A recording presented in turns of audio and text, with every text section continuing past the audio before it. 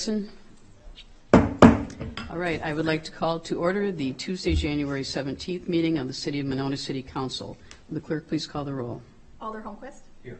Alder Moore is excused. Alder Wood. Here. Alder Thomas.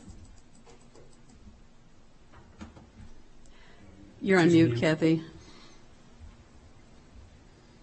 Here. Alder Rademacher. Here. And Alder DePula is excused. Mayor O'Connor. Here. Please rise for the Pledge of Allegiance. I pledge allegiance to the flag of the United States of America and to the republic for which it stands, one nation, under God, indivisible, with liberty and justice for all. Is there a motion to approve the minutes of the December 19th meeting? So moved. Any corrections or additions? Hearing none, all in favor say aye. Aye. Aye. Opposed? Minutes are approved. We have, I think, 3 people appearing tonight and a proclamation, so I guess I will call first Kathy Carew, who would like to discuss the graph of the property tax. I assume this is what was in the letter. Do you want to come up and take a, well, I guess you could take us back at the podium, or you could sit up here and near the mic, whichever one is worth. If you could state your name and... My name is Kathy Carew. I live at 4905 Rothman Place here in Monona. The house I live in has been in our family for 68 years. A lot of taxes being paid since then. I worked for the school district for 22 years, supporting students mainly in math. And I've been involved in a lot of Monona projects and activities. I am really glad to have the opportunity to talk to you today, but not happy to be here because I thought I dealt with this problem last year, but I was encouraged by anybody I spoke to come and talk to you all. The problem is with the dollar picture graph that is sent out with our property tax bill. Again, this year, it is incorrect. I don't know how many years this has been going on. Last year, I spoke with 3 different people on that: the financial director, the city administrator, and the mayor. I thought it was resolved. I was curious this week and asked myself, why hasn't this been discovered before I decided to look into it? And it's because of trust. It is. The trust of the city, who handles, measures, and accounts for the tax dollars that we put in your care. For sure, once a year you will get a letter from the city. It is very important, and it is your tax bill. And accompanied with this is this letter that talks about the division of the 4 areas where the taxes are spent. Life and living decisions are made on this. Budgets, people possibly moving away over the increase in taxes all year. There are conversations that develop around this topic: property tax, conversations with family, friends, neighbors, and coworkers, big conversations with childless couples, empty nesters, seniors on fixed income, and the impacts of the taxes. When people see the visual of the dollar graph and the school district taking such a large portion out of our tax dollar, the complaints are fueled. Working for the district, it felt like we had our tail between our tucked in, because we were doing something wrong. How can we be taking that much of the taxpayers' dollar? Last year, I decided to take the time to go over the tax bill itself and the division of the dollar graph. First, the percentage breakdown was not the actual breakdown of the taxes in the 4 tax collection areas. The paper actually comes, of course, this graph comes with your tax bill, and all the exact percentages are here. These 2 accompany each other. There should be no reason why it wasn't accurate. The 4 areas are, of course, our city, the school district, Dane, and the Madison College. When I asked about it, I was told that you didn't have time to make the breakdown, but again, the numbers come right with the paper. Then the graph that was using the wrong percentage, but then it was not divided up correctly, and even those percentages weren't right. Yes, the district is a bigger portion than the city, but the graph makes it look like it's a much bigger difference. In both years, the city was presented with a smaller portion than it should have, and the other three presented were larger portions than should have been. A picture dollar bill graph is a great graph to use for comparisons. 100 cents equals 100%. Easy to divide up the percentages in cents. But if you are not careful or know what you are doing, you can make a mistake. For example, if you move 5 cents from one section to another, you're actually creating a 10 cents difference. The first section goes down 5 cents, the second goes up. That is a 10 cents difference. This year, I'm happy to report the percentages were correct, but again, not the graph.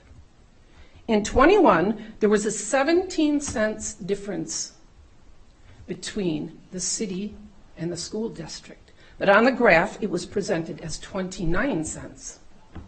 This year, it's even closer, 13 cents between the difference of the district and the city. But it was represented as 28 cents. Maybe that is a lot of math, and I'm happy to leave a couple graphs for you. And if you want to continue using the graph, I think it's a great tool. But please make it correct, because people make decisions and have discussions on it. Thank you. Thank you. Next up is Rick Bernstein. Rick, if you'd like to, you can either sit at the table up here or go to the podium, whichever you'd like.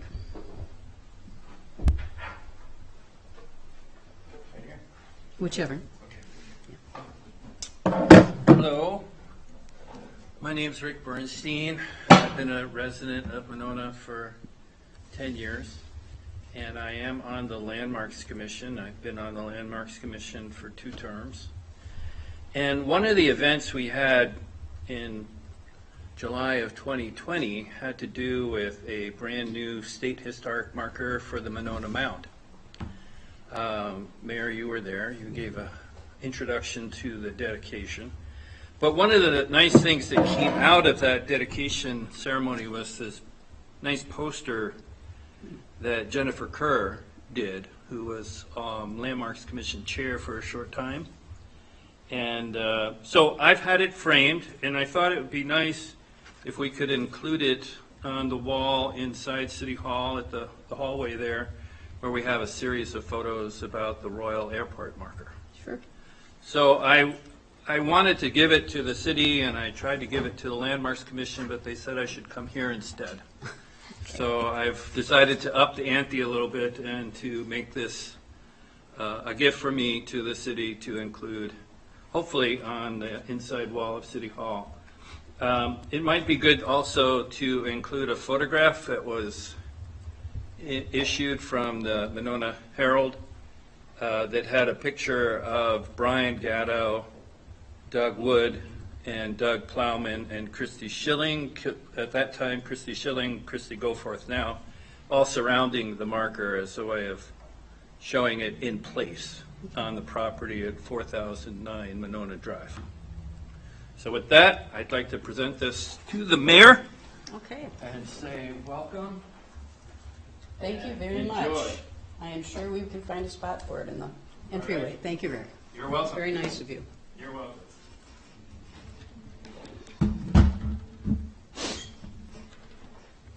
Okay, moving on. Next item is Andrew Kitzler for the Friends of San Damiano.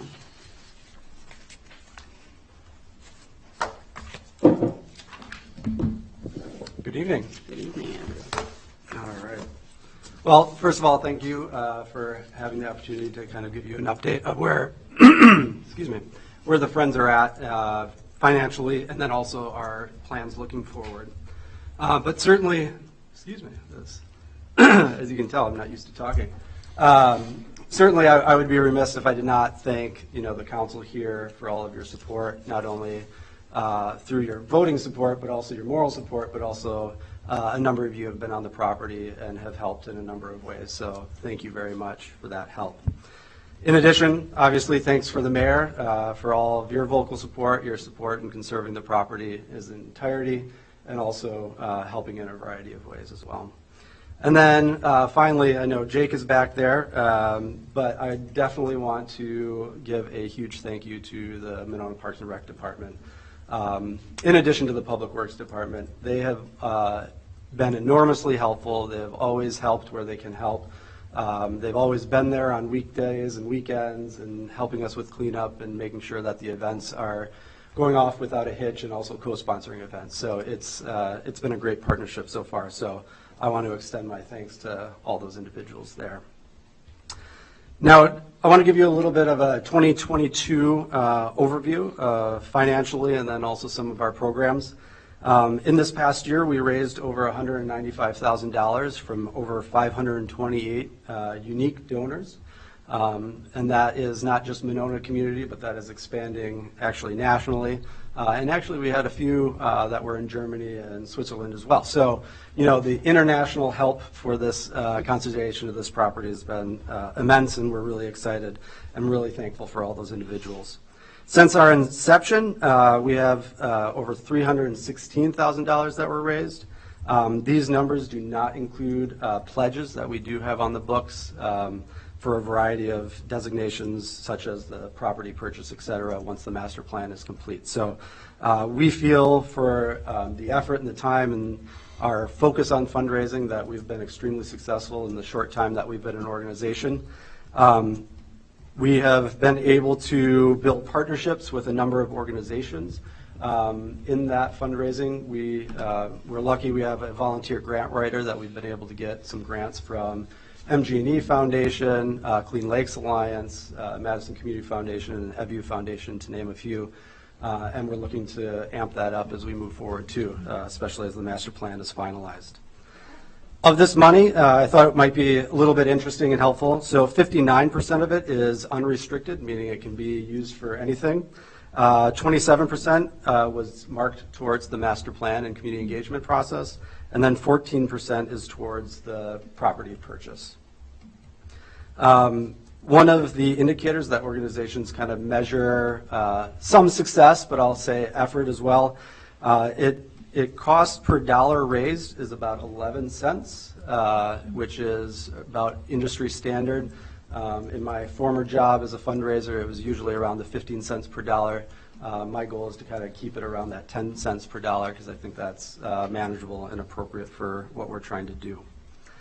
Other highlights, we had a great event on August 11th of this past year and presented a cheesy big check that is providing the money for the community engagement and master planning process towards the city. That's something that we really had our large goal for, and people really stepped up to make that happen. And again, that's organizations through grants, but also a number of community individuals as well.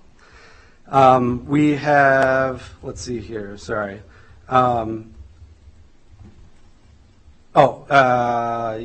We have over 143 active volunteers. We try to do 2 cleanups a year, in the spring and in the fall, but then we've done a number of things in between as well. So we're very happy to have those volunteers with us.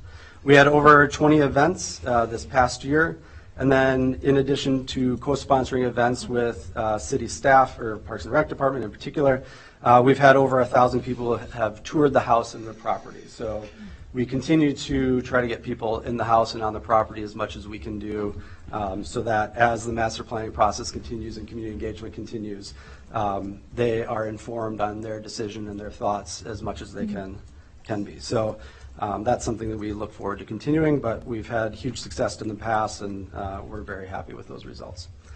Looking forward to the future, I'll end with our end of year campaign. We had a number of generous donors that would match $15,000 or up to $15,000, and we surpassed that. And so we're very happy with how we ended the year as well. Now, 2023, we continue to focus on events that are bringing people to the property, not only the outside of the property, but the inside of the property, for the reasons I stated just previously. Our large focus in the beginning of this year is focusing on business sponsorships. So we've tried to build some connections with businesses not only in the Monona community, but also expanding east side, but elsewhere, of those who would be interested or have kind of a shared commonality that we could partner with. And so we are working on business sponsorships that will help sponsor events. And this is also in coordination with the Parks and Rec Department with the various beer gardens that are happening, with other community engagement events and other events that we have on the property moving forward. So we think we have a good kind of bill of benefits and benefit levels for those. We are also, as you on the council already know, we are committing up to, or at least at a minimum, $15,000 towards the maintenance of the property. So we want to try to continue our work to mitigate the impact that it has, at least maintenance-wise, on the property taxes. And so we're happy to do that, and we'll continue to do that in the future. And then we're continuing to prepare for a more robust fundraising effort in support of the master plan. So, again, I'm really happy with where we're at, and I think once we have a master plan, we'll really have a defined direction and concept to really kind of shop out there and talk to individuals that might be interested. And we know there's a number of individuals, so we're really working on building those relationships at this time. Certainly, we continue to look forward to working with the council and with the city to make this as successful as we can.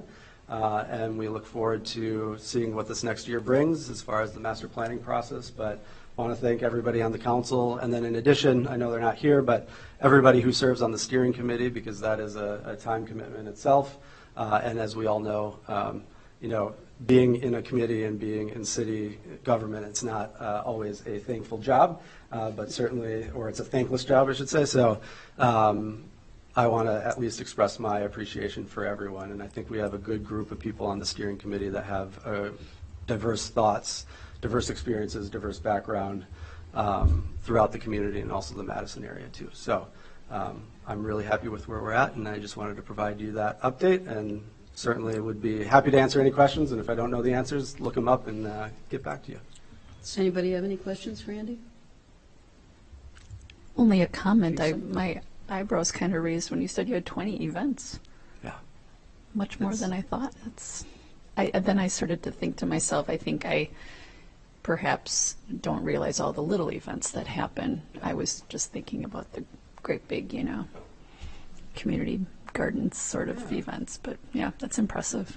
Before we go any further, have we lost something here? Oops. Did my face break the camera? That's those guys. Oh. I just want to make sure that absolutely. the rest of the people on the call here can. You look like you're still streaming, though, right? Just Yeah, it's correct. I was Can you wondering. guys still hear us? Doug and Kathy? Yep. Okay, so they can. Yeah. Okay. Okay, I guess, Andy, Andy, did you want to continue? Teresa, as long as they can hear Andy and Kathy, if you have any questions, would you just speak up, because we can't see you on the screen right now. I guess Mark probably could. They can see us, so yeah. They can see us, okay. I just want to say thank you so much, Andrew, and everyone on the Friends. I know you have all put in a ton of time and effort. I think this number is really impressive, because I know we've talked that a lot of organizations don't want to make a commitment to donate till there actually is a master plan, so they know what they're donating for. So hopefully, our goal is to finish that by the end of the year. We had a steering committee meeting last week and discussed 3 different concepts that MSA, the engineering firm we're working with, are going to develop, and we will be bringing it to for a public input meeting. Hopefully in March. If not in March, it'll be in April. Kind of depends on how the timing goes. But yeah, I think it's just been really successful, and I know I've talked to so many people who are so excited about having visited the property and been able to see the house and everything. So we're back on one side anyway. That's all we need is one. We're good with just one. Thank you. For the audience out there, we're having some technical difficulties here, so.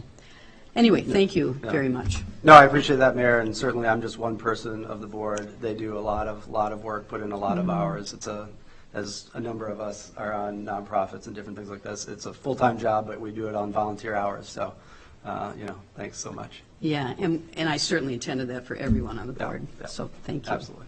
Okay, thanks. Now we're back. Okay, moving, I have one more thing. And this is a belated proclamation regarding Martin Luther King Day. Normally, we always do this the meeting before Martin Luther King, but we did not meet early in January, so have not met in over a month. So I'm going to read the proclamation. Whereas Dr. Martin Luther King Jr. was born on January 15, 1929 in Atlanta, Georgia, and became the chief organizer of the Civil Rights Movement by leading peaceful, nonviolent protests throughout the American South. And whereas in 1963, during the March on Washington, 250,000 people gathered outside the Lincoln Memorial to hear Dr. King's I Have a Dream address. And whereas due in large part to Dr. King's efforts, the Civil Rights Act, which prohibits racial discrimination and segregation in employment, education, and public facilities, was adopted in 1964. Dr. King received the Nobel Peace Prize later that year. And whereas Dr. King was assassinated in Memphis, Tennessee on April 4th, 1968. And whereas on November 2nd, 1983, President Ronald Reagan signed legislation making the birthday of Dr. Martin Luther King Jr. a legal public holiday to be observed on the third Monday of every January. And whereas President Bill Clinton signed the King Holiday and Service Act on August 23rd, 1994, which designated the Martin Luther King Jr. holiday as a day of community service, interracial cooperation, and youth anti-violence initiatives. And whereas in 2020, the Monona City Council, recognizing that Dr. King's efforts reflect the values and spirit of the Monona community as a whole, adopted Martin Luther King Jr. Day as an official city holiday.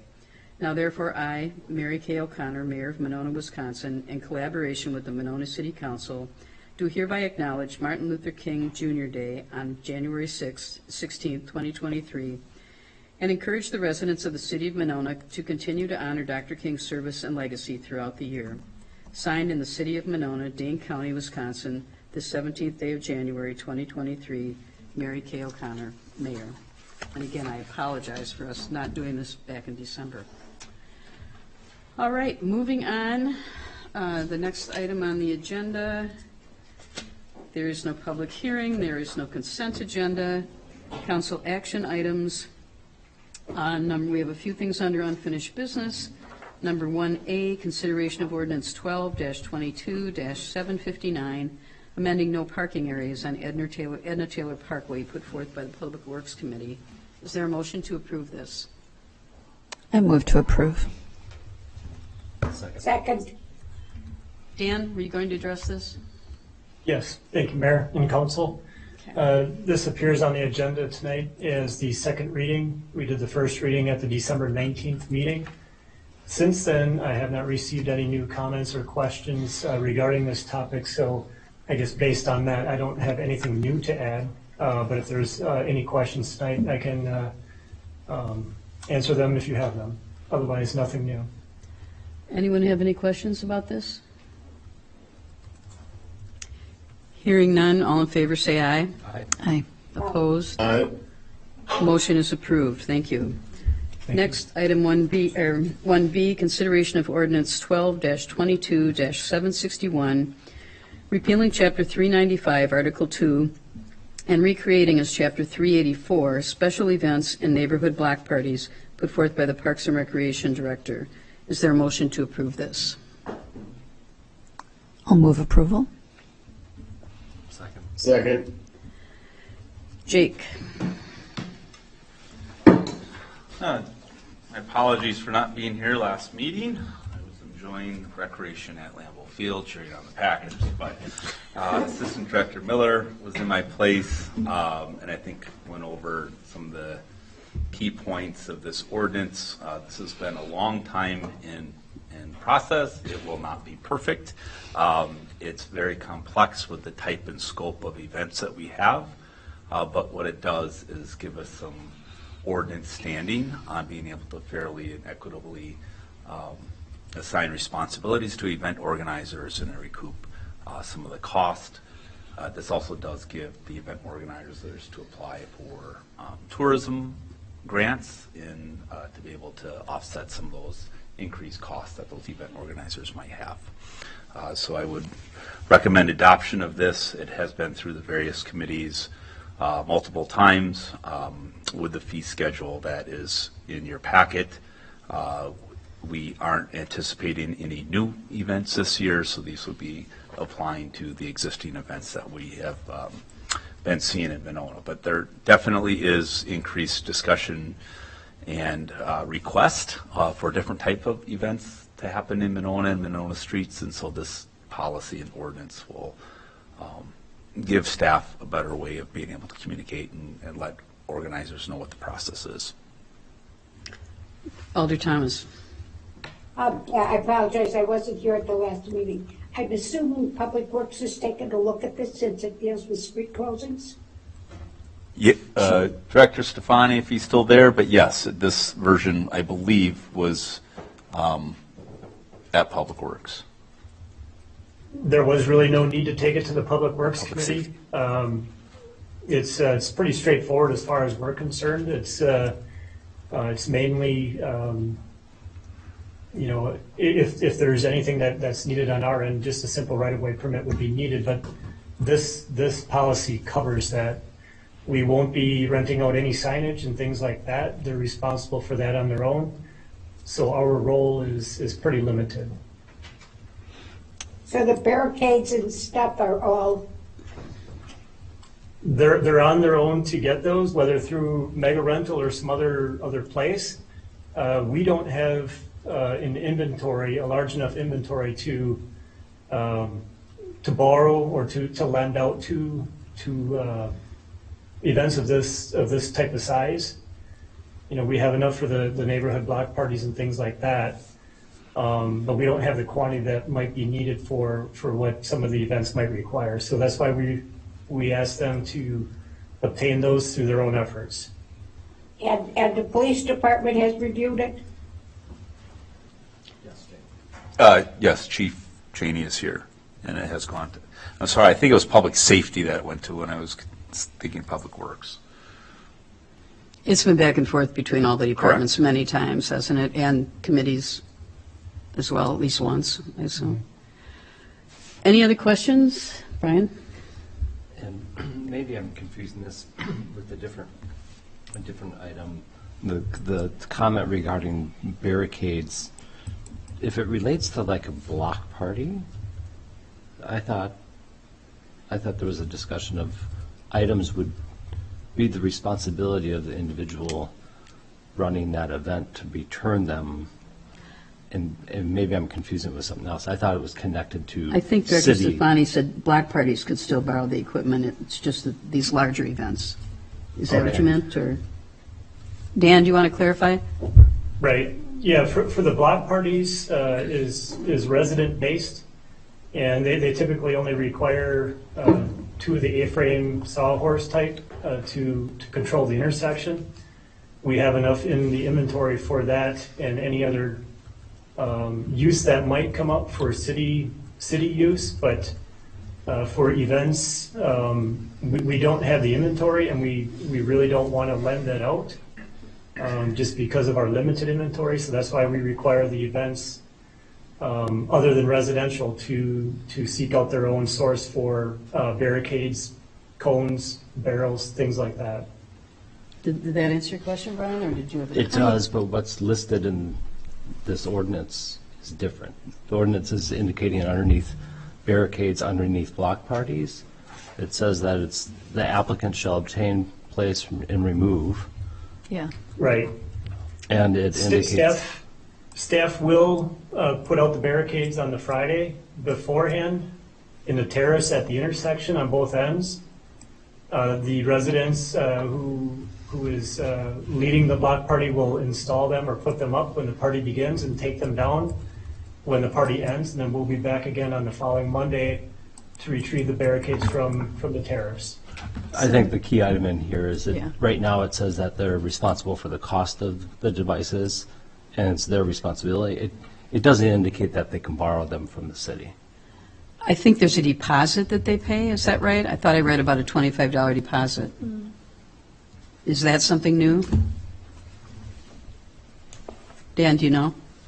Well, I'm not sure if, I believe in the old system, they had a deposit that was put down. I believe that language is still in there. I read somewhere that the deposit is returned Right. if they return if the barricades are returned. But that's just referring to block parties, correct? Right. I guess our goal with this policy is to make it easy for residents because, that's who we serve. But as far as the commercial end of things, we just don't have the capacity or the inventory to accommodate some of those larger events. So rather than pick and choose on the large scale events, we just require them to obtain them through their own sources right from the start. The small residential stuff we can easily accommodate. Is that Jake? So I think where Alder Holmquist is going is that we took out the neighborhood block party portion of the ordinance and separated it from Yeah. the special event ordinance. So there's two separate ordinances that still allow for a street use permit for neighborhood block parties. In this ordinance, drafted by Attorney Cole, the section D, labeled barricades, talks about responsible full cost of all damage, loss, and destroy, which is fine. The That's on cost of page such 73. devices, I think that sentence talks about the applicant shall obtain, place, and remove traffic control devices and barricades to close the street for the proposed block party. The cost of such devices and barricades shall be the responsibility of the applicant. So there's one sentence in there that talks about a cost, and I think we can infer that that would be the cost of the permit, for the right to have a block party, because I believe there is a permit fee for a block party of $10. $10. Except it says the cost of such devices and barricades. Yeah. On page 73, it said they're responsible for the cost of replacing them if they're damaged, I think, is that? So Jake, I think what I'm hearing is when the block parties were sort of separated off into their own place, some of this language was carried over, which probably was a little too heavy. It was probably suitable. It is suitable for these large events, but maybe needs to be watered down just a touch more for the block parties. Bill, do you want to address this? Yeah, I think what Alder Rademacher said is exactly the truth. And I think when we separated them, we cut and pasted without vetting it as closely as should have been done. So we can certainly do it right now if that's the council's desire. So on page 73, sorry, thank you. On page 73, the applicant shall obtain, place, and remove traffic control devices and barricades to close the street. I think that sentence, I would suggest we keep that in the sense that we as city staff will assist them in doing that, but ultimately it's their obligation. The cost of such devices and barricades shall be the responsibility of the applicant and paid at least 24 hours prior to commencement of the neighborhood party. I think we can remove that sentence and then leave the rest of it that says the applicant shall remove all devices and barricades within 30 minutes of the end of the permitted period. The applicant shall be responsible for the full cost of all damaged, lost, and destroyed devices and barricades. So we'll take out the sentence that talks about them incurring the cost to obtain the barricades, but leave in, if they damage them or in any way, they will be responsible for it. I thought I did, We'll maybe it's. amend those changes. Pardon?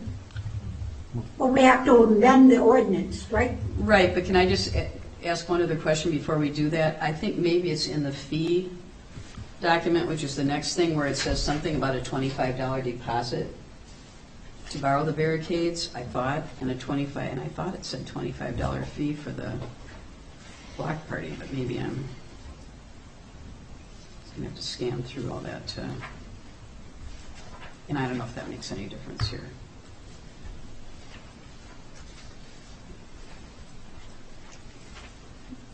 I wouldn't object to that. I mean, If there is a deposit, then to just it's a remove deposit. this Yeah, sentence about cost, yeah.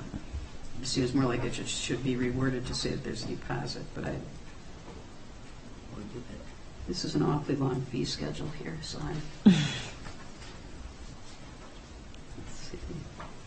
When you find the page, Mayor, let us know. Okay. Well, So it's $25 per event, and then the barricade is a 25 deposit, yeah, so that's in there. What page is that on, Jay? Set, 110? 110, okay. That would have taken me a while. I think 110 under chapter 384, article 2. Right, it's right down there at the bottom. well, if the cost is removed in this section, I don't think anything needs to be mentioned, because if they want to get the barricades from us, we'll go to the fee schedule and talk about the deposit. If they choose to get barricades from somewhere else, that's their choice. Right, but we can certainly have something just saying if they, in the actual ordinance, if they choose to borrow city barricades, they're required to pay a deposit. And I don't Does that think make those are sense, or two- does it matter? I don't know. Yeah, I don't think it's inconsistent. A deposit is not a cost or a charge. They will get it back if Yeah. they return it. So I think the language is consistent. So at the end of the day, the only thing that's different about block parties this year is that there's a deposit on the barricades. And is Public it, Works still drops them off, residents still take care of them. was it always, was it $25 for the event before? It was only a $10 Okay. application fee. So they've increased that a little bit. Yeah, which is fine. So do we need to go back and change the wording that we were talking about changing it? I don't, Bill, you think it's Yeah, okay? yeah. Well, I would take out the language I mentioned before on page 73, because that does talk about the cost of the devices should be Okay. paid. Yeah. Okay. And the idea of the applicant obtaining it simply means they're Making arranging arrangements. for it to happen, right, yeah. So I guess unless Jake has a difference of opinion, I would recommend approval of the ordinance as drafted with the exception of page 73, the removal of the second sentence on subsection D.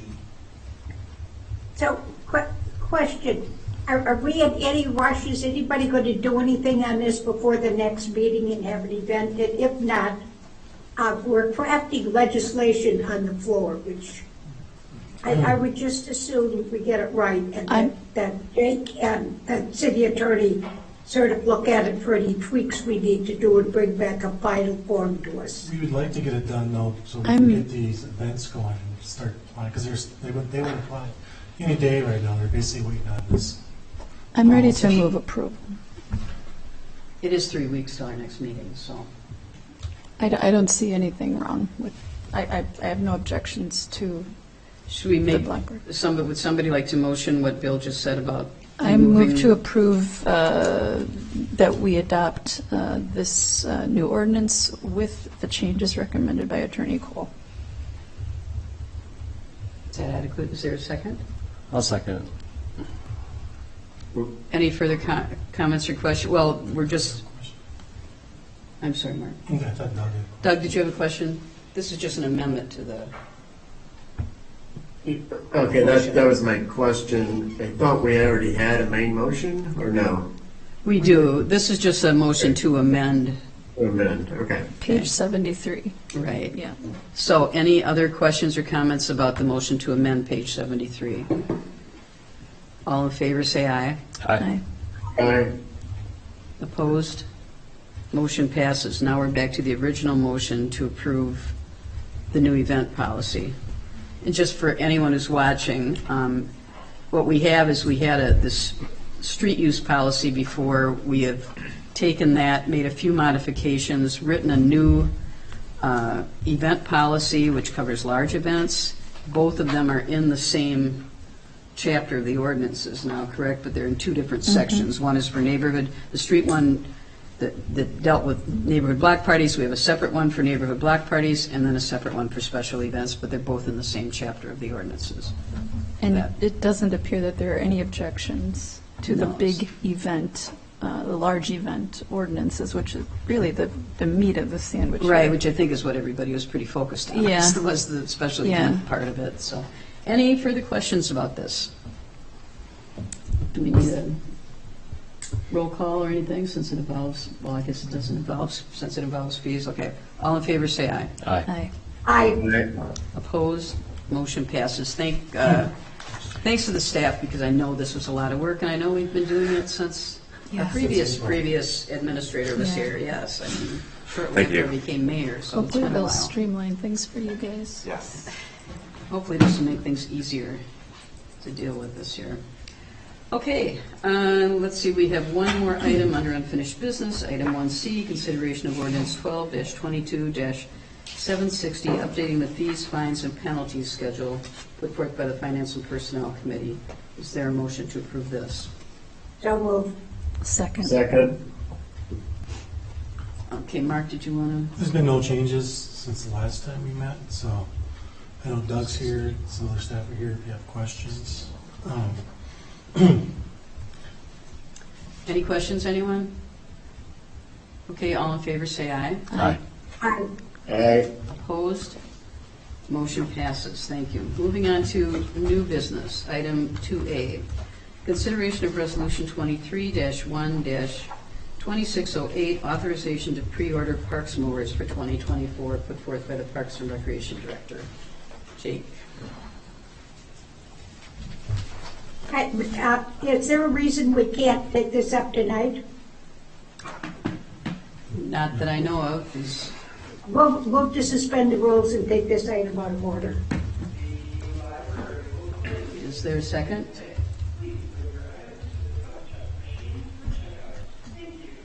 Hearing none, motion fails for lack of a second. I'd like to hear the Yeah. material first. Well, this is just to take it out of order. It's not to actually vote on it. We're still going to hear about it. No, meaning if, Well, okay, we can hear, you can talk about it first, and then we Yeah. can vote on the motion, okay. Yeah. All right, Jake. Sure. So the 23 to 27 capital and budget included replacement of 2 of our John Deere mowers in 2024. As you may be aware, the supply chains for ordering vehicles and equipment has increasingly lengthened in time, meaning that most years, and specifically, at our department head meeting, we talked about ordering police cars and public works vehicles that, ordering in January of a budget year we're not receiving those vehicles until the next calendar budget year. So these 2 pieces of equipment are already at the end of their useful life, and we are using them year-round for both mowing and snow removal. So ordering now, or the ability to order now, will result in us receiving them in 2024 when they are proposed in the capital budget. So it is not to pay for them in this year's budget. We don't expect to receive them. It's just been over a year to get these pieces of equipment, and the price just keeps going up. And so we get a proposal with a not-to-exceed price if we order in Q1. And what's been happening with these manufacturing companies is they've been adjusting the prices quarterly and increasing the cost. So trying to get quotes in August and then keep that same price when we order in January, February has not been happening. And so this allows us to at least use the proposal that you have in your packet, still stays within that budgeted amount that we had proposed during the capital budget, receive it and pay for it in 2024. Questions for Jake? I'll give an example. Public Works just had a situation where we ordered a vehicle early last year, and we were told like 10 months later that they were no longer going to produce that truck anymore. So even though we were on the list, they just cut us out. So this is a real issue that they're running into when we're ordering these vehicles. And we did a similar thing with the ambulance chassis last year, if you recall. Yeah, Kathy? I will again, because of the supply chain issues, if we're not obligating the city for any money, I would, well, we are, but we're not going to spend it. I would move to suspend the rules and take this out of order so we can order it as soon as possible. Second. Any further discussion? I guess, well, we don't, do we discuss, take it out of order? No, I mean, didn't think so. Okay, all in favor, say aye. Aye. Aye. Motion passes. Now is there a motion to approve? I do have a question. So how does this resolution tonight before us change? When would this have been ordered? Not having this discussion tonight, when would the normal ordering be? In a normal year after adoption of the capital budget, say in November, we can then place the order for a piece of equipment that we would get in the following year. So historically, we approve a capital budget in November, we make an order, and we might have it by May or June of that following calendar year. So the length of when we order to when we receive has more than doubled, and in effect, going into that next capital budget year. So that's what changes, is typically we would order, we try to get our orders in November, December, January to get them in a reasonable amount of time to get them in use for that following season. These pieces of equipment, especially because they're used in the wintertime, there's more of a, getting it in spring of '24, so we only have one additional snow removal season after this using the older equipment versus two, which potentially have issues with lack of equipment or downtime. So if we waited to order it till a year from now, we wouldn't get it till 2025. Correct. Given the current delays. And I understand that, and I understand supply chain delays. I guess I was just curious, so when would you have ordered? You would have ordered next year, and now this request is that you ordered this year? I would have ordered To receive it basically at the same time. Yeah, yeah. I mean, at the end of the day, you're Yes. just sort of Correct. just so that you can stay on track, Right. so that you can stay on schedule, but, okay. Yeah, you would order probably November, December, right after the approval. Yeah. So Jake, as I see it, this won't cost us any more money and has the potential to save us from having a price increase. That's correct, Alder Thomas. Yep. Okay. Teresa? No more questions. Okay, motion to take this out of order has been made and approved. Is there a motion to approve this item? So moved. Is there a second? Kathy can be the mover and Doug can be the second. I'll second, yeah. Questions, Brian? Just to follow up to Kathy's, and I think I know the answer, but I think it would be helpful just to hear it. We're not obligating any funds, and if, for example, we get through the capital budget of this upcoming session, and this, for some reason, doesn't get approved in that capital budget, can that order be canceled without a penalty?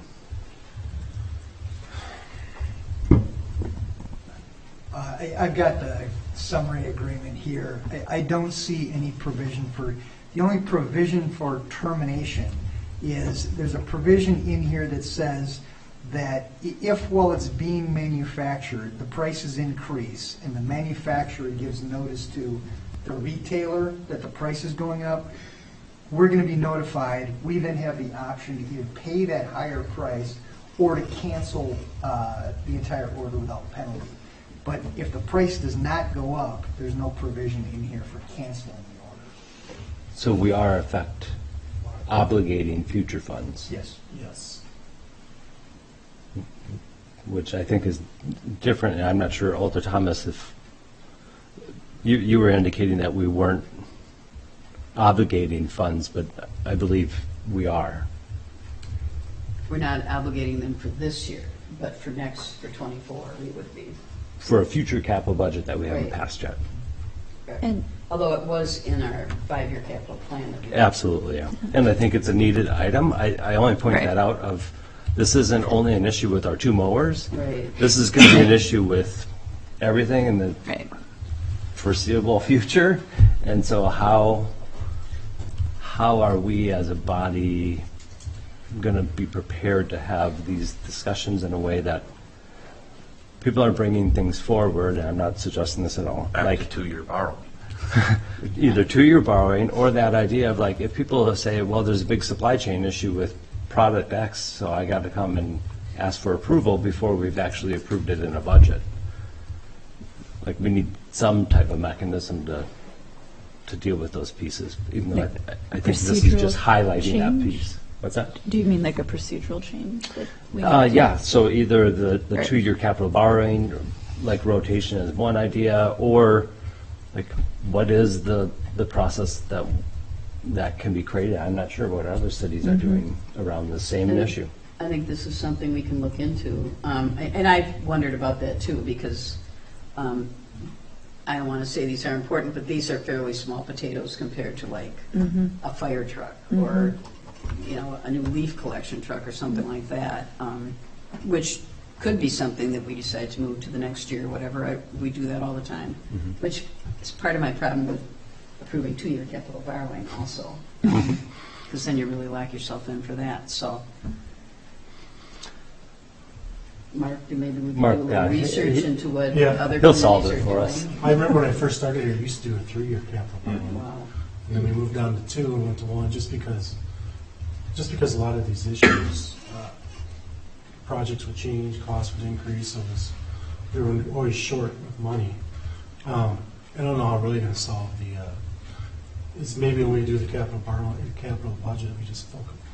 I mean, machinery we can focus in, and it's not like large street projects and stuff like that. I think that's probably just have to focus in the 2-year plan, those projects. And hopefully this supply chain issue works itself out. Yeah. At some point, I know it's getting better for cars. Better for lumber, I heard. Yeah, so. Yeah, the challenge is preparing a capital budget in June, July, August with changing price conditions of equipment especially, and having dealerships honor those pricing. So the quotes that we get, we've seen those progressively get shorter and shorter window. And so trying to give an accurate budget number, if we were going to order and not receive and have these kind of stipulations of like, you know, we may have to increase the price, et cetera, so we can wait. It's just knowing, not saying we can wait, we're just going to probably be setting our replacement schedule up a year or 2 earlier than what we normally would have in anticipation of the time frame it takes to order. That is, you know, so you may end up seeing scores on replacement, say it's an 8-year-old, you know, typically we won't replace until 10 per vehicle or more, but now we'll just start proposing them when they're year 7 or 8 is what you'll see, and then you or other body members will say, well, why are we already looking at replacing this? We just bought it, you know. Yeah, that gives a perception that we don't really. And then you may order it and find out a year from then that they've decided to raise the price, and then do we want to cancel it? They have us over a barrel. We don't need it, so. Yeah. It's kind of a vicious circle. Mark will find us a Yes. solution. Like I said, we had a truck that we ordered last year in the 2022 capital budget, and just 10 months later, they told us, nope, we're not going to. So are they just not making that truck anymore? They're not making that truck anymore. So, I mean, we did what we were supposed to do, put it on the list, and we waited basically a year. Told them no. And now we'll probably have to wait another year. Well, yeah, we're going to be back the next meeting for that one, so. Any other questions or comments about this? And the one last thing, a lot of that stuff is from the state list, so the state list is cheaper. I mean, you probably could go outside the state list and pay higher prices. That's the other side of it, so. Well, if there are no other questions, will the clerk please call the roll? Alder Wood. Aye. Alder Thomas. Aye. Alder Rademacher. Aye. Alder Holmquist. Aye. Motion passes. Next, item B, thank you, Jake. Consideration of Resolution 23-1-2607, authorizing the redemption of the city's general obligation promissory notes dated April 1st, 2014, put forth by the Finance Director. Is there a motion, or I'm sorry, this is new business. So, Mark? Yeah, and I was hoping they'd take it out of order eventually. So what this is, and I forgot to start and put the fiscal note in here. What this is we took a note out in 2013, a general obligation note for capital budget related items. The note has came due. We paid over the life of it, and this is the last payment. The last payment was due October 1st. So this is just moving it up, paying it off early, and saving about $20,000. It's a small amount, but it's about $20,000 of interest if we pay it now instead of waiting until October 1st is what this would end up doing. There's no fee involved for early payment or anything like that. So it's within the callable dates. Any questions? What's the downside? None, we're just paying it off. Yeah. Yeah. So we could make a motion to Does take Mark this. want us to act on this tonight? Yeah, if you could. Let's Suspend the rules and take this item out of order? second. All in favor, say aye. Aye. Aye. Is there Move motion? approval. Second. Any further discussion? We have a motion and a second. All in favor, say aye. Aye. Aye. Aye. Motion passes. Thank you.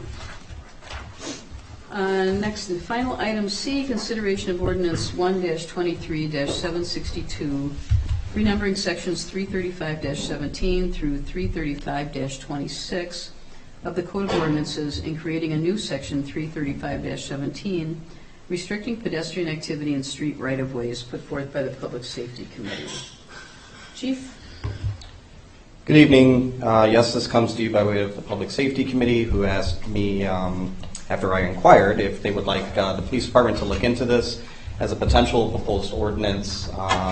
This was discussed in good detail in our December meeting. I believe it was December.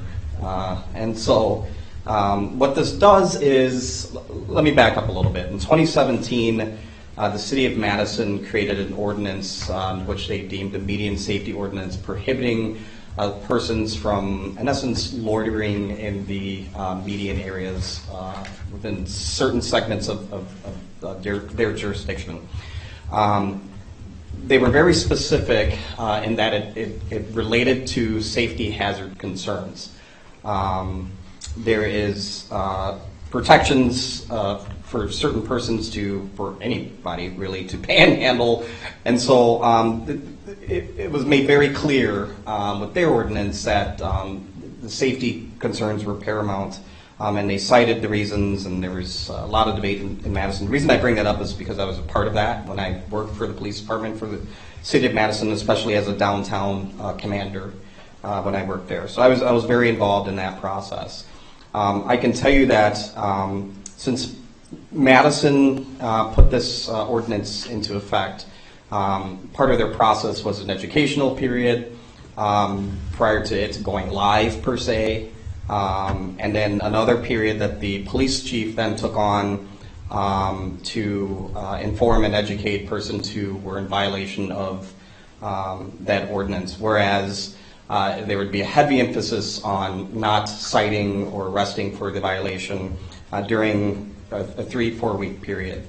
Part of that process included a pamphlet that was created by the city and police department in which they would distribute the ordinance, a description, and then a map of the areas that were not allowed. Why I'm bringing that up is that that map is still being utilized to this day.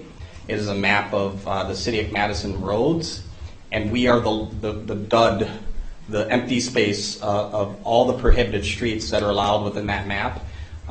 We are a good segment of that because we're in essence surrounded by Madison. And I'm just speaking anecdotally here. I don't have any concrete information, and my former colleagues, hopefully they'll forgive me for saying this, but we are experiencing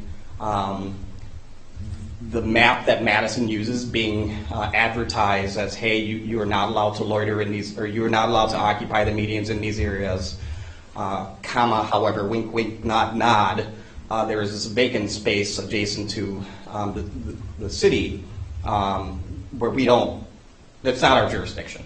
In essence, it's the city of Monona. Now, I'm not saying anybody's pointing to go to Monona or encouraging or telling folks to go to Monona, but our officers have encountered persons occupying the right-of-way, the medians, predominantly based on complaints, predominantly based on concerns for the people's welfare, predominantly based on visibility issues with people trying to turn left or right at various intersections.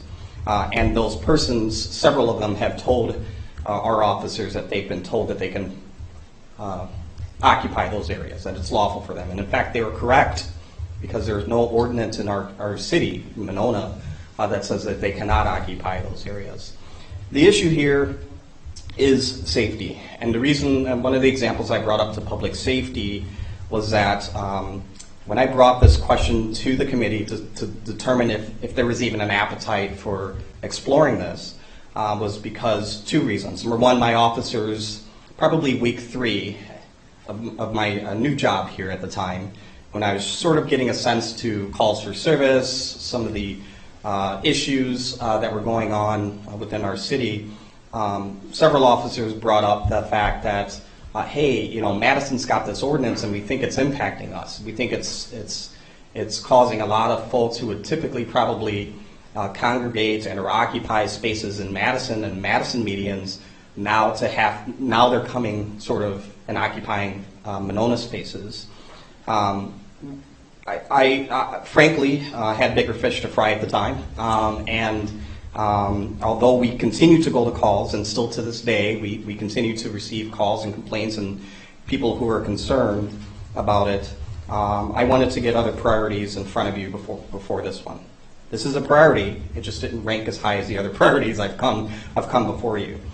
This is a safety issue because leading up to my inquiry with the Public Safety Committee, as I was driving to assist another officer going to a call, I nearly struck a woman leaving the median right at Cops and Broadway. I had the right of way and a green light. This individual decided to cross the street at that time, and she's known to me as being somebody who occupies that same space, panhandling, asking for money, which is again something that's constitutionally protected. The issue here is her safety and the safety of vehicles and others. So I, as police chief, experienced that. My officers, when I shared that with them, they themselves have either seen it or heard it or responded to complaints about behavior like that. But also we respond to concerns about people blocking the views, as I mentioned. And so I worked with our Public Works Director in helping to identify streets that he and Public Works has deemed potentially to have a lot of blind spots occupied by, if we're occupied by persons, high traffic areas, high pedestrian areas. And then I also obviously took a gauge from my staff as to where persons have generally occupied spaces, not for the purpose of panhandling necessarily, but we're there and we're restricting the view of traffic. You got to keep in mind too, we're not just talking about adults, we're talking about adults and children who are often in these spaces. And we get calls on that as well. We get calls about concerns about weather and like, too hot, too cold. Very valid concerns because we're human and we care about one another. Most often than not, we know the folks who have been occupying these spaces because they have been for some time. In the last year or so, there have been a lot of new folks coming. There's new folks going into Madison. Madison is educating them on their ordinance. And they're finding lawful places in which to occupy those spaces that just so happen to be along our major thoroughfares as well. So I took a look at this. We did some research. I had a wonderful dispatcher reach out to several communities to include Wauwatosa, City of Milwaukee, obviously City of Madison, and look at some of the recent ordinances that those communities have passed. I hate to compare us anything close to, no offense to my friends and family that might live in the city of Milwaukee, but we are not Milwaukee, obviously. I think we're more aligned to a Wauwatosa issue. What I mean by that is that Milwaukee passed an ordinance that banned this behavior of occupying medians or occupying right-of-ways. Wauwatosa started to experience an influx of these types of behaviors and issues that created some traffic problems, and I actually think that I know that they had a pedestrian that was hit, a pedestrian who was panhandling and a median that was hit by a car, which prompted this discussion in their community. Wauwatosa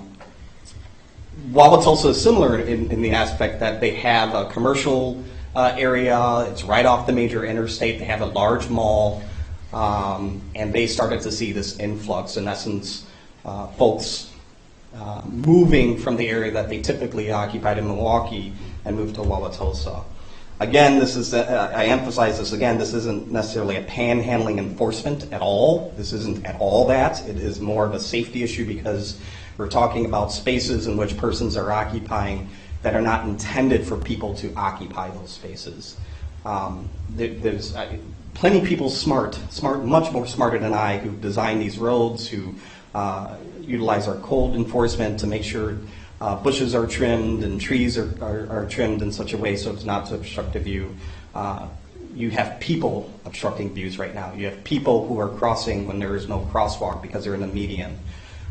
You have people who are set up in lawn chairs who could have tipped out into traffic. But then there's an issue of people who are stopping in order to interact with those people, either be it to give them money because they are panhandling, or to check on them because they're concerned, or wanting to give them a blanket or food or a voucher, or stop because they're a social worker or just a concerned person. Now that then creates another issue of somebody obstructing traffic in their vehicle and stopping in their vehicle in the road. And we've gone to calls for that type of behavior too, where it's near rear-end collisions, or people have had to wait behind green lights because somebody's sitting and interacting with somebody who's occupying a median. So with all that, we discussed this robustly at Public Safety. Some very good questions were raised. And I think we've addressed them at committee. I know because the committee voted to bring it here. So I'm bringing it to you with the recommendation that it be strongly considered. And I'm here to answer any questions you may have. And I should say Attorney Cole obviously was involved in putting together this ordinance as well.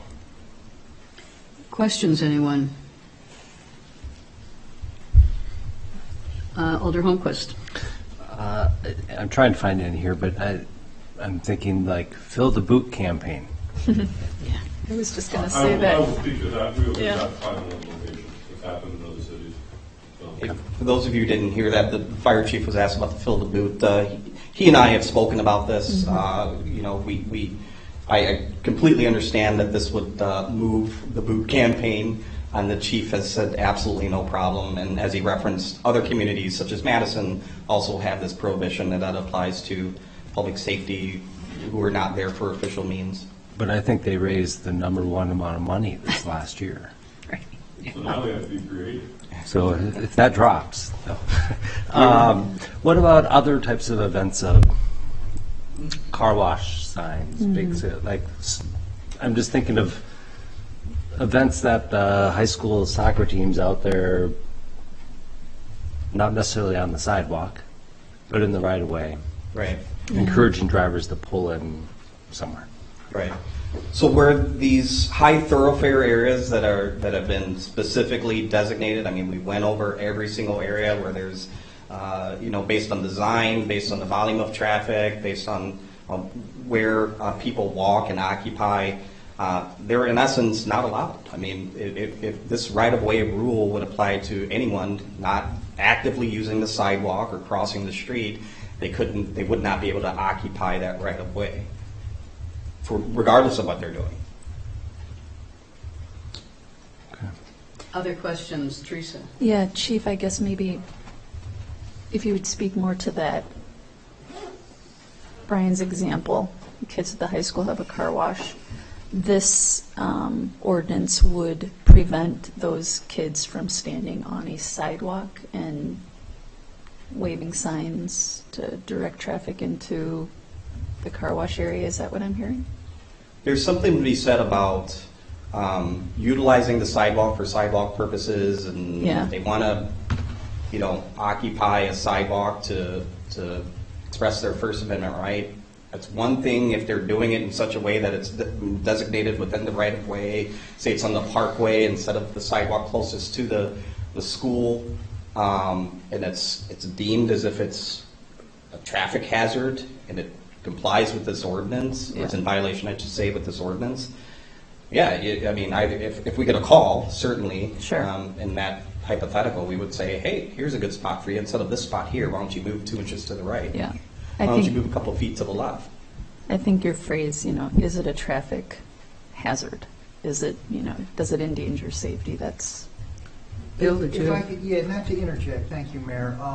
On that specific point, it's important to, if you look at sub C, it says, it prohibits anybody in a right-of-way from approaching a vehicle in operation. Subsection D is the one that talks about medians.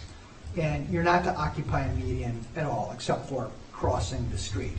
So in my view, if you had in Alder Holmquist's example, somebody standing on the sidewalk, not the sidewalk in the median, but the sidewalk on the side of the road, made a sign saying, you know, come to this car wash. As long as they don't approach another vehicle, I think they're fine under this ordinance. Yeah. They couldn't do it in the median, but they could do it on the sidewalk. Right. Yeah, so I guess I misunderstood that. Obviously, Attorney Cole is absolutely right. Yeah, I mean, sidewalks are, you know, people protest, march down those left and right, or do other legal activities left and right. I guess my concern is as soon as you start getting closer to the curb Yeah. or occupying that median, then it becomes a safety issue, which this ordinance is trying to address. That's what we're talking about here. And what Attorney Cole also said, you know, the thing that we're trying to prevent here is people approaching vehicles and walking into traffic. You know, there was a lot of discussion about this at the last public safety meeting, and a lot of really good input and feedback and concern about, you know, whether we should legislate this and what are these folks really hurting, and they're just doing the best they can. And, but I was persuaded by this issue of safety, and when Chief McMullen said, we're not going to even do the fill the boot, you know, we won't do it either, you know, so, yeah, it's good stuff. Kathy? Well, this is a tool that the police get, and that is with many of your tools, we have to trust their judgment. You know, if someone is speeding to take a pregnant woman to the hospital to have a baby, the cops are not likely to give them a speeding ticket. They have to use their discretion. And this is a tool that you get if you have a problem. But, for example, everybody who goes to watch the Memorial Day Parade is not going to get a ticket for standing in the right of way watching the parade. It's a You know, closed so road, you we have- wouldn't be able to, but yes. So I think that you have to believe that the police are asking this for a tool because, and I've heard people comment about this, that it's been increasing and growing and is a problem, and people are particularly concerned when there are children involved. And if you don't, you know, you have to have some sort of faith in the police that they wouldn't be, and they don't look for things to stop people for unless they think there's a real need, whether it's a public safety issue or the freedom of other people. So I think it's a good tool to give the police, and I don't think they will abuse it. And if it becomes a problem, you can always get rid of it. Doug, did you have a question? I thought I saw your hand up at one point. Yes, I was actually using the little hand feature, but Oh. sorry for. So I do have some concerns about this ordinance and whether it's going to end up creating more problems for the people that are, and they are, you know, just primarily directed at people who are panhandling. I mean, I understand what the chief said. That's not the reason we're concerned about the public safety of it. But, you know, what is the potential net negative impact on their lives if we start enforcing this and giving citations? Will that, you know, what are the ramifications? It doesn't seem likely that we're going to get much revenue from that. And, you know, so I have those concerns. I think those kind of citations can have a cascading negative effect on people's lives, especially who are already living at the margins. Questions. so the restriction we're talking about only applies in medians, but the right-of-way map that was sent out by the chief includes good-sized stretches of the streets that don't have medians on them, so I just want to make sure that the language of the ordinance is obviously going to control, not the map. So there, for example, I think that River Place is highlighted on the map, and I don't think there are any medians on River Place, although I could be wrong about that. Yeah, Doug, not to interrupt you, that goes to the distinction between subsection C and D. C covers the areas within the right-of-way of a street. So that would be back of sidewalk to back of sidewalk. Subsection D is the one that covers the medians. And C is just approaching vehicles. So you can't approach a vehicle from the sidewalk. D is the occupying of the median.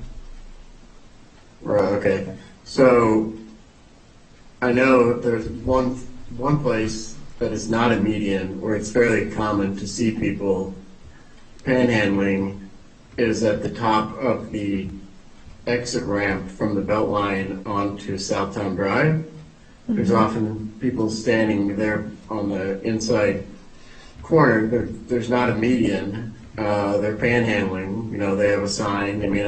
They don't generally do anything or say anything. They're just there with the sign. Unless they approach the vehicle, they're not in violation, correct? Correct. If there's no median, they would be within the right-of-way, but C only prohibits people from approaching vehicles from the right-of-way. So to your point, yes, they could stand there and with a sign as long as they didn't approach a vehicle, subject to, obviously that would be DOT jurisdiction. They may have regulations about things on highways, but it wouldn't violate this ordinance. And I know that there were some First Amendment issues, or have been, with panhandling ordinances. Is the idea that this is crafted to specifically address not so much the panhandling as the location of where the people are, and that is thought that will avoid First Amendment problems? Yeah, you're absolutely right. Panhandling is a First Amendment protected activity. I didn't draft this, so I can't take credit for it. But yes, it's clearly drafted as a public safety ordinance, not a anti-speech ordinance. It clearly has an impact on free speech, so it would be analyzed through that lens constitutionally. I think the saving grace for the ordinance constitutionally, though, is somebody, with respect to public property, you only have a right to exercise your free speech in traditionally public forums. So sidewalks, parks, city hall, that sort of thing. There, in order to infringe upon free speech, it would have to be the highest tier of strict scrutiny analysis. Here, though, we're dealing with a sidewalk in a street. The sidewalks, I would say, are probably traditionally public fora, and somebody could have a sign there. It's the approaching of the car from the sidewalk that I think saves it, because there you're doing more than speech. Then you're engaging in activity that arguably endangers the motoring public. Medians, you don't have to approach the car. Your mere presence there would be a violation, but medians, I would argue, are not traditionally public forums. People do not traditionally picket, express their speech in a median. And that's why this ordinance would not infringe upon that. I'd also argue that even under a strict scrutiny analysis, occupation within the street right-of-way, on the median itself, if there's sufficient public safety justification for it, the city is permitted to infringe upon constitutionally protected rights. It's admittedly a very high bar. We can't do it unless it's necessary for a public purpose. But given traffic fatalities and the danger concern, I'm at least comfortable saying, I don't believe you can occupy medians. I don't think it's traditionally a public forum. But even if it were, I think we would be justified to infringe upon that for the purpose of public safety. There's nothing, I'm sorry, Alder. Well, go ahead. I had a follow-up question for you, Chief. But yeah, I was just going to say there's nothing really concretely stopping somebody from not creating an 8-foot by 8-foot sign that says whatever they want it to say and stand in the median right now. And that is, I would argue, if you think in terms of obstructing view, that is something that we're talking about here. And even the person occupying that space can be, if you think about it, a distraction.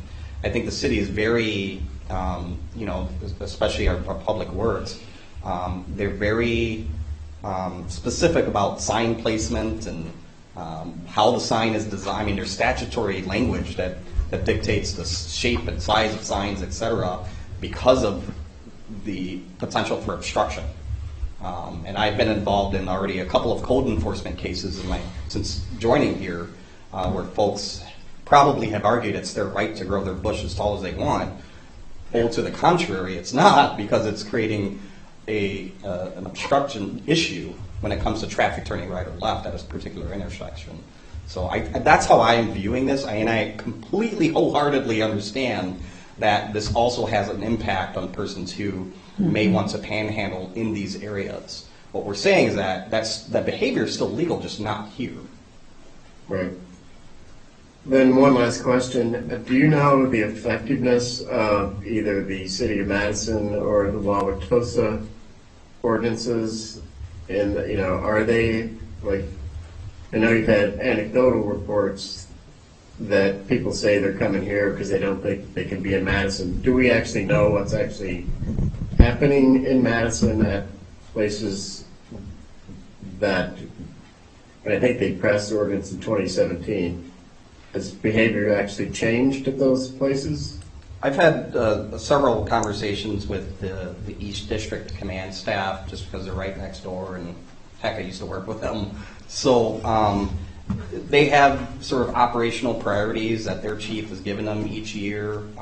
One of the issues is that they're addressing not necessarily the panhandling, but to make sure that this median ordinance is being enforced, and how they gauge that is their levels of calls for service if they've decreased, and I've been told that they have decreased because they've increased the level of enforcement. Now, when I say enforcement, in my opinion, in my understanding, and talking to the command staff, they're not citing or arresting these persons. It's typically hey, you can't do it here, you got to move over here, or hey, Johnny, I talked to you yesterday, you can't be here. That's what's going on, but they're I hate to say moving the problem, but it's sort of creeping our way a little bit in terms of persons who are finding the legal areas in which to protest. So I don't have any data for you, Alderwood, to present, Madison data or Milwaukee data to present. I did forward on a couple articles, I think, one involving, Chief Coldwell when he was here, talking about, I think he was interviewed in regards to when it was first enacted to whatever time they interviewed the chief, and he may have given some information or data on that in that article. But I know just in talking to command staff, they are seeing an increase. It's still happening because I drive through the city all the time, and I know this map, and I know that there are folks still in violation. But their arguments, like our argument, I wish we can have more officers to help address some of these ordinances that our council and residents want us to enforce. But they can't be everywhere at once, and they try to get to the places where they can. And we're going to do the same thing. And to an earlier point that was made, you've hired some very, very compassionate officers, some of which who have experienced homelessness themselves, right? And so they're out there doing this sort of compassionate work every day without this ordinance relative to things they could be citing for. But they're using their discretion appropriately so to find alternatives to a citation or arrest. And so this would continue. This wouldn't be something that sort of shocks the conscience that behavior. And I expect it, and that's sort of our code of, our core values is that that'll continue. And I appreciate that and appreciate the officers for taking that approach. But we are, we're talking about adopting an ordinance that has penalties attached to it. So we also, we do have to bear that in mind too. So that's all I got. Anyone else? Alderman Quist. I'm curious to the reasoning behind the inclusion of the only highly residential street that I see listed is a stretch of Bridge Road from Frostwoods all the way down to Broadway. I can understand the section from Broadway to the bridge. I'm curious of the discussion from the bridge up to Frostwoods, but not beyond and not going up Frostwoods through the drive. That was at the recommendation of Public Works, but I can tell you that we have had persons at Winnequa and Bridge, and then persons right around the corner, because at the stop, what's that next stop? As you go up the hill, I should say. It's drawing a blank here. We have had persons not camp out there necessarily, but walk from A to B who, in the process of doing so, have, been occupying spaces to ask questions. And I'm not sure if it's asking questions about geography necessarily versus panhandling potentially, but again, that's a lawful behavior. We couldn't do anything about it, and there's not like there's a clear sidewalk there anyway. So that came at the suggestion of DPW, and what I charged them with was looking at dangerous sort of the geography in our community, where people walk, where people occupy, and the proximity in which I have noted or others have noted persons occupy spaces. Which I think clearly that stretch from Winnequa up to Bridge Park, I mean, we've talked about that corner for many years as a very dangerous corner. It caught my eye of why from there all the way to Owen but nowhere beyond. And it's a stretch of road that we've restricted parking to one side. We've done a variety of things on that road, and I drive that road multiple times a day and have yet to see anybody attempt to approach a vehicle except coming from the park or a house. Anyone else? Okay, well, this will come back next time, so we'll have another kick at the can here. Moving on, reports of committees, commissions, et cetera. Does anyone have any updates or discussion on diversity, equity, and inclusion efforts? Teresa? I'll say that the first meeting of the implementation team will happen January 24th, a week from today. So I'm excited to get that started. And John Anderson, who I think I mentioned back when I made the appointments last month, I had asked if he'd be willing to chair. He has met with Jason Chung. He's talked to me a few times and decided to go ahead and chair. Fabulous. So we're going to be actually having a meeting with him and Karen Reese from Nehemiah on Friday, just to trying to get him a little bit in the loop. And I know he's met with Jason a couple of times as well. So I'm looking forward to that. I think he'll be great. Anything else? Mm-hmm. Updates on sustainability efforts? Anyone? Then we will go to committee reports. Alder Holmquist.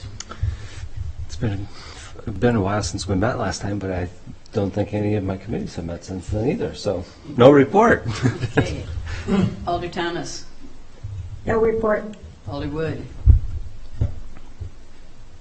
Parks Board met last week. Among other things, we discussed the pedestrian pathways through Winnequa Park on the north end, and that's it. Alder Rademacher. Yeah, the part of the agenda with sustainability always takes me by surprise. I don't know why, but if you don't mind, I'd like to add a comment. that I had let the alders know about an initiative of the Sustainability Committee where coming up is the month, the Wisconsin Salt Awareness Week, coming up next week, I believe, and to time that, for those who may be listening to the meeting, there's a huge campaign or a big campaign underway to just educate residents and businesses about the dangers of over-salting. I realize that for some strange reason, we've undertaken this project in a year where we don't really have any snow. We put a lot of work into this, and there's no snow. But an interesting statistic: just 1 teaspoon of salt, when it washes down the streets and out through the storm drains, gets into Lake Monona, it has the potential of polluting up to 5 gallons of fresh water, to the degree that it's inhospitable for the creatures and plants that live in that water. So using too much salt doesn't really keep you any safer. I'd like to keep this body a little more updated with a written report from this particular committee, because in all of the committees that we chair, there is a spot on the agenda for sustainability. And it would be wonderful if each one of these alders, my colleagues, could bring this up. So I'm giving you talking points that you can then bring forward to the meetings that you chair, because we all get to that point in the agenda. We're like, I don't know, I'm not on the committee. I don't know what to say. Well, I'm going to give you points to say. And in that way, I hope that we can move the work through the entire city, because even though it is sort of this one committee over here on the side, at the same time, it's also something that we're all supposed to be doing. So I'll help you to do that. And listen to VMO and the newsletter, and you'll hear some great PSAs and interview with Public Works folks who are doing a really wonderful job to keep us safe and also take care of our waterways. Another committee that I chair is Community Media, and Will Nimmo provided a written update, but I just want to add something. One of the things that was approved in this budget was some upgrade to some IT equipment. And as part of that, we get this little fun feature naturally included, which is an app that you can download on a smartphone. And when you think about community media, when you go to YouTube and you watch the basketball games, football games, you watch committee meetings and high school choir concert and band concerts and all sorts of things.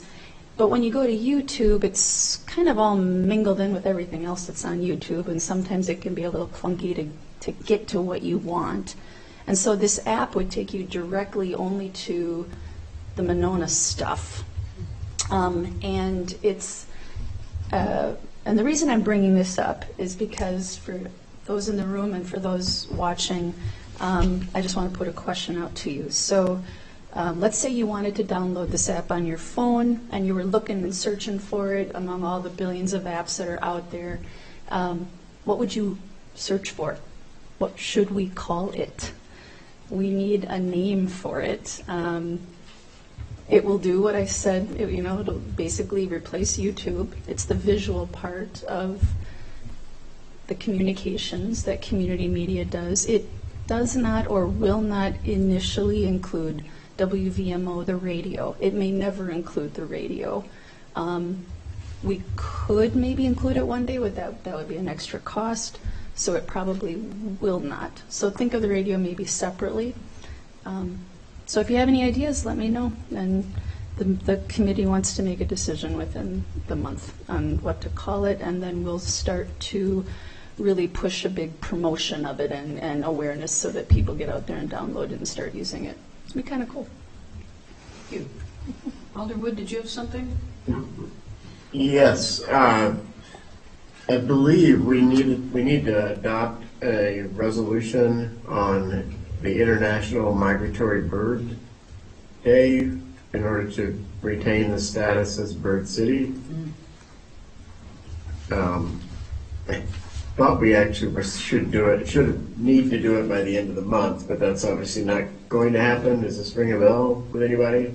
I had forwarded an email from Peter McKeever a few weeks ago, or a couple weeks ago. I don't remember, did you forward it to Mark, or I don't remember seeing it? That'd be Jake. Oh, Jake, maybe? Jake would be the one who always brings that. I know resolution you're talking about.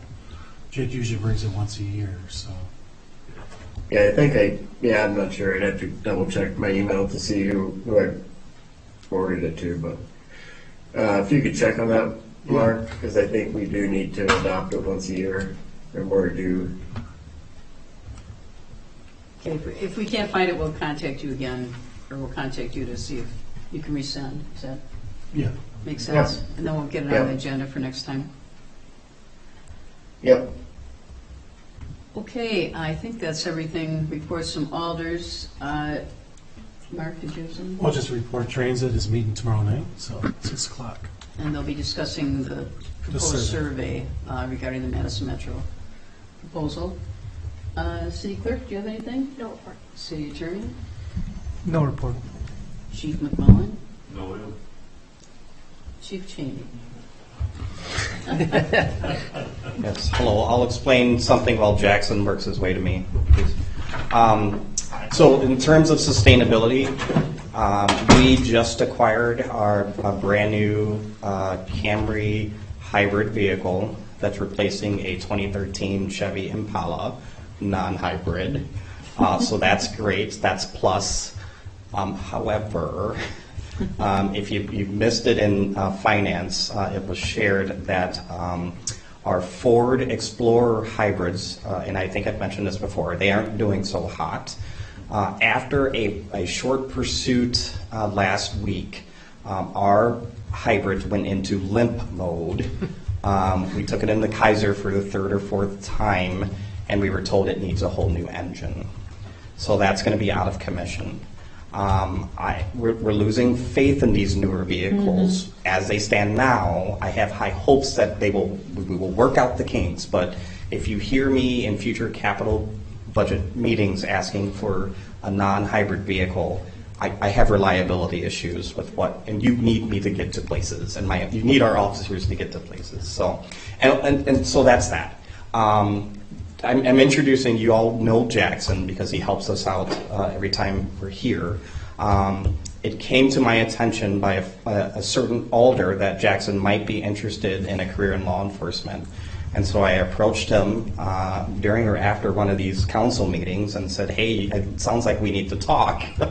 Jackson is a criminal justice student and obviously has ties to this community and is here often, knows about city business. So welcome to our new leadership intern for the police department in the city. Jackson's been with us since last week. Already had a thrilling 2 days and one ride-along with me last week. What did you learn from that ride-along, Jackson? I learned the time codes.